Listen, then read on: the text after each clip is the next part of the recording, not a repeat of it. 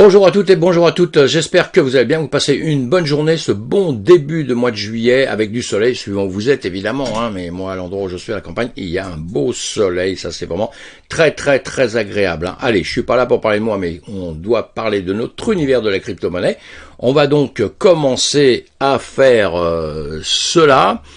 Voilà, on a un marché qui est plutôt dans le rouge, malheureusement, mais bon, c'est un peu prévu, on en a parlé hier, on a parlé ces jours-ci, même quand il a monté, je vous l'ai dit, qu'il fallait faire très attention, donc on va avancer un petit peu. Allez, on fait un petit bilan sur un petit peu le total du marché. Ouverture Paris, le 440 de nouveau en baisse, voilà, comme on l'avait dit, ça on peut le voir en 2 secondes, on est sur quoi là? On n'en est pas sur le 440 ici, S&P 500, machin, non, on n'y est pas non plus, et on doit être ici, voilà, le DAX 40, le 440, ce matin le marché a ouvert comme d'habitude à 9h, je suis toujours les ouvertures de marché, il a plongé, pour après remonter quand même, celui-ci aussi, pareil, bon, il a démarré bien en baisse, pour après remonter, ça doit plutôt être ici, mais c'est pas grave, voilà, d'accord, il a fait ça, il est remonté, donc là, il est remonté au-dessus du point de départ, c'est déjà un peu positif, on va voir un petit peu pour le reste, BTC à 19 796, un ETH à 1068, un 440, donc un 440 comme je vous ai dit, donc qui était légèrement en baisse, mais maintenant est en hausse, vous voyez, ça change vite, ça va vite à monter, baisser, etc. Alors, on va parler un peu de notre ami Elon Musk. Il lance le premier forfait Internet, 5000 € par mois, 5000 € par mois. Bon, moi j'ai un forfait de téléphone de 100 €, ça me fait plus cher quand même, c'est quand même beaucoup plus cher, je voulais choisir, mais bon, non, bon, évidemment, on sait bien que c'est ce qu'il a monté il y a quelque temps, Internet par satellite, etc., ça va être pour des gens très riches, évidemment, on a compris, si on veut dépenser simplement 5000 € par mois juste pour le forfait Internet, c'est que normalement vous avez derrière, surtout que ça va être pour s'en servir à des endroits un peu pas perdus, peut-être les plus beaux endroits de la planète d'ailleurs, où il n'y a pas de communication, il n'y a pas tout ça, comme la mer, etc., évidemment. Et donc, sur votre yacht, vous arriverez à ne pas être déconnecté du monde. Je sais pas si c'est une bonne chose, ça, en tout cas, bon.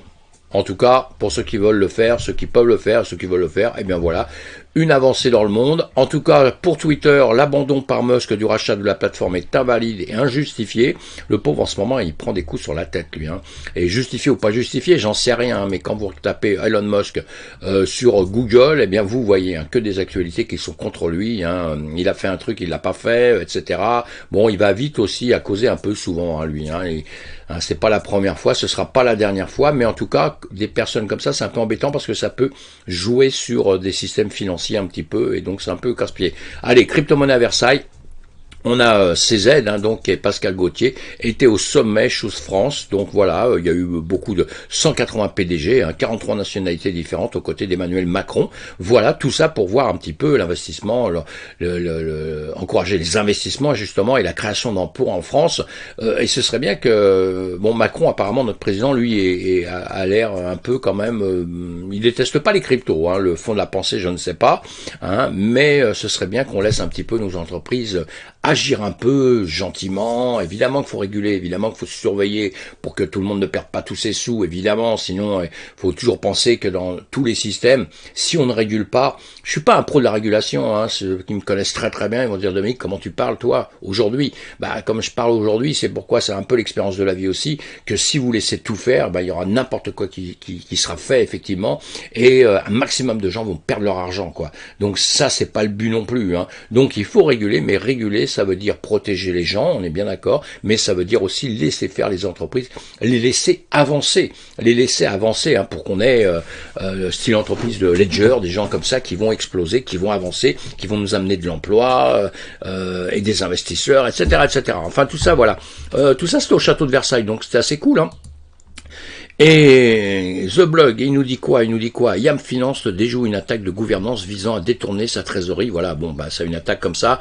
Ces petites annonces-là, si ça vous intéresse, vous allez les lire, vous allez lire. C'est pour vous faire voir qu'il y a dans notre domaine, puisque beaucoup de gens en parlent, il y a des arnaques, il y a des machins, il y a tout, oui, évidemment, mais dans le monde classique, il y a une tonne d'arnaques, beaucoup plus que dans notre domaine à nous, beaucoup plus que dans notre écosystème à nous. Et nous, justement, on est un monde nouveau qui est en train de se créer, des entreprises nouvelles. Et c'est vrai qu'on parle d'argent tout le temps. Donc l'argent, faut le protéger, et eux, ils font un maximum. Mais les hackers, il y a des gens qui sont très forts, hein. On aura des gens honnêtes dedans, des gens malhonnêtes, et les gens malhonnêtes, ils font leur métier de malhonnête, quoi. Malheureusement, c'est comme ça. Ça se passe comme ça. Donc voilà. L'important pour nous, c'est de savoir quand il y a des problèmes comme ça, comme Uniswap, là, frappé d'une attaque de phishing, totalisant 3,5 millions de dollars en Ether. Ce qui est intéressant de savoir, c'est de suivre ça tout le temps et de voir comment ils s'en sortent, voir si on peut sortir de tout ça, ou si justement on s'en sort jamais, parce que si on s'en sort jamais, évidemment que là, ça devient plus que dangereux. Si c'est simplement parce qu'on est au début d'un écosystème, au début d'un monde qui est en train de se rassurer, est en train de faire le travail qu'il faut, là, c'est un autre problème. Johnny Depp verse 800 000 dollars de dons récoltés avec ses NFT. Il avait une collection NFT, il aime bien l'art, évidemment, hein, comme tous ces gens-là. La plupart, enfin je dis ces gens-là, tous les gens qui veulent placer beaucoup d'argent, évidemment qu'à un moment donné, ils aiment bien l'art aussi. Puis bon, quand on est comédien, normalement, on aime bien l'art, évidemment. Hein. Et donc, il s'intéresse énormément aux NFT. Et là, apparemment, il en avait créé alors un tirage au sort pour déterminer les utilisateurs qui recevraient les droits d'achat pour 10 000 de ses œuvres. A eu lieu le 17 février. L'acteur a décidé de conserver un de 1111 NFT de la collection pour ensuite les offrir à certaines organisations caritatives. La collection de Johnny Depp a suscité un fort engouement de la part de la communauté NFT à la suite de sa victoire contre son ex. Bon, ça n'a pas de rapport, hein, je pense, hein, lors de son procès en diffamation. Le rapport le rapport c'est que vraiment si ça on avait prouvé à 100% que c'était vraiment un homme qui battait sa femme, qui était atroce avec tout ça, évidemment que personne n'aurait été sur les NFT. Enfin, je le souhaite en tout cas.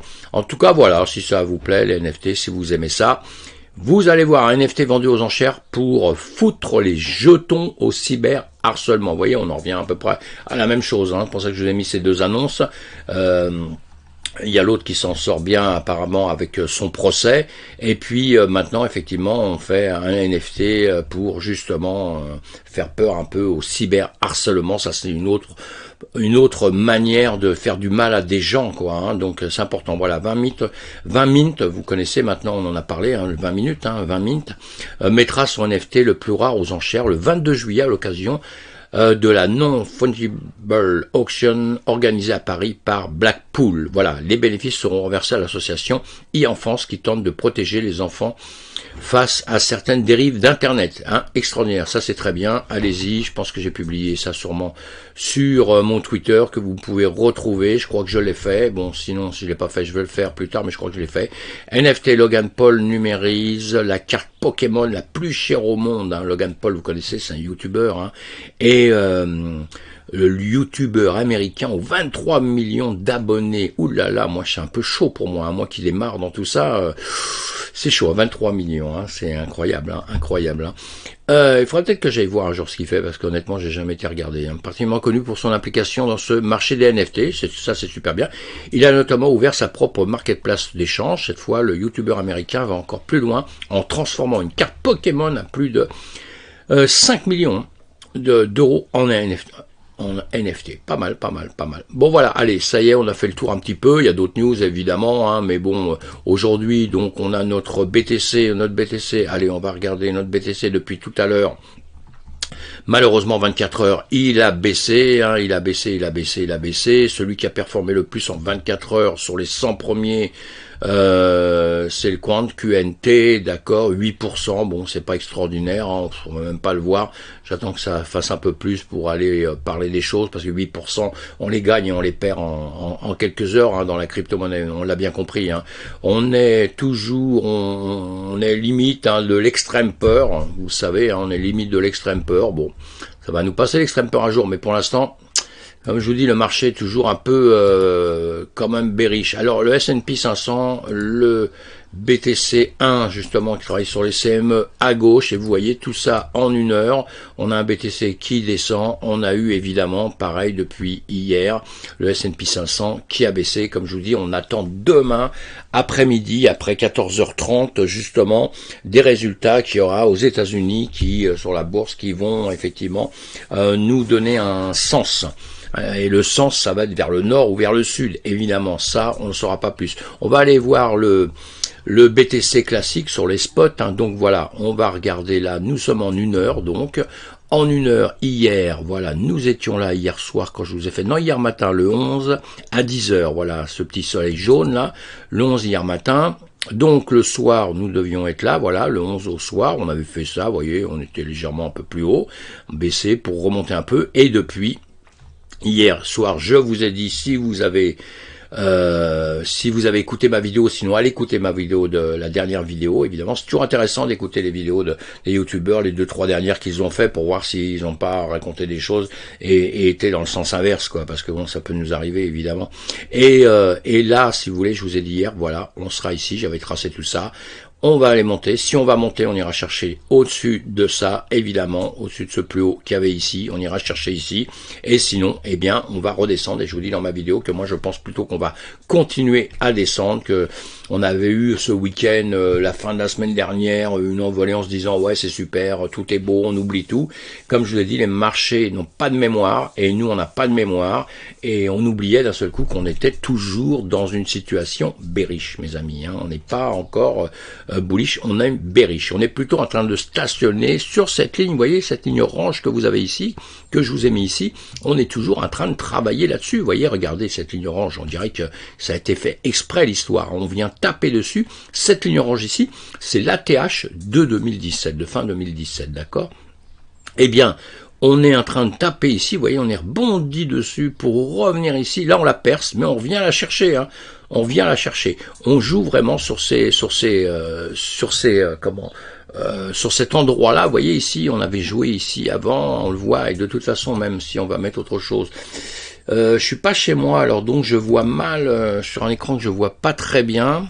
En plus, j'ai un problème de soleil. Bon, et je suis dans un petit coin parce que je veux pas embêter tous les gens qui sont là avec mes bruits, avec mes excitations, avec la blockchain, la NFT, les crypto-monnaies. Tout le monde n'aime pas ça. Hein. Je sais pas si vous êtes comme moi. Faites-moi des commentaires. Mais autour de moi, tout le monde n'est pas un fan de crypto-monnaies, de NFT. Hein. Faut pas croire que quand on est, j'ai pas la prétention d'être un grand youtubeur, je démarre YouTube, mais c'est pas parce que moi je m'implique à fond dedans que des gens autour de moi sont tous à fond dedans. Non, c'est pas comme ça. Hein. Justement, et les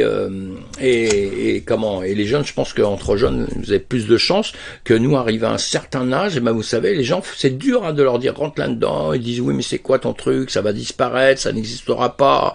Voilà. Moi, j'ai beau les convaincre, essayer de les convaincre en leur disant mais non, c'est pas prêt de partir. Vous voyez, c'est pas prêt de partir.